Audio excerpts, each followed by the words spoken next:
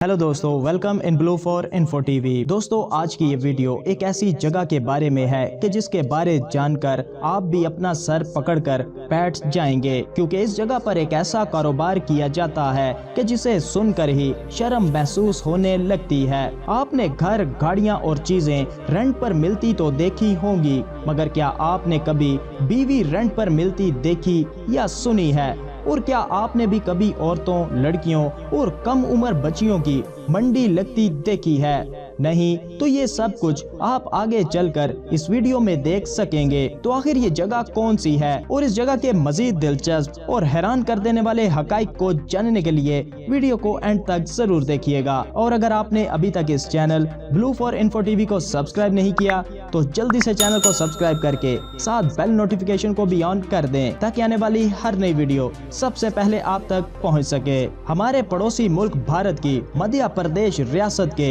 एक जिले जिसका नाम शिवपुर है, यहाँ एक दिन से लेकर 10 साल तक आपको कोई भी लड़की या औरत रेंट पर मिल सकती है। इस जिले में लड़कियों की बाकायदा मंडी लगाई जाती है और इस मंडी में लड़कियों का सौदा या रेट तय किया जाता है। इसके बाद लड़की और इसके खरीदार के दरमियान एक मुआहिदा तय होता है, जो कि स्टाम्प पेपर पर किया जाता है। खरीदार को मंडी में लड़की या इसके घर वालों को रकम पहले अदा करनी पड़ती है, जो कि 50,000 से लेकर 5 लाख रुपए तक होती है, और रकम लड़की की उम्र और इसकी खूबसूरती देखकर ही अदा की जाती है। मुआहिदा खत्म होने के बाद लड़की वापस आ जाती है और फिर किसी नए गाहक के लिए तैयार हो जाती है। और अगर पहले वाला खरीदार इस लड़की को मजीद अपने पास रखना चाहे तो फिर से इसे रकम अदा करना पड़ती है। और इस कारोबार का एक असूल ये भी है कि लड़की किसी भी वक्त मुआहिदा तोड़कर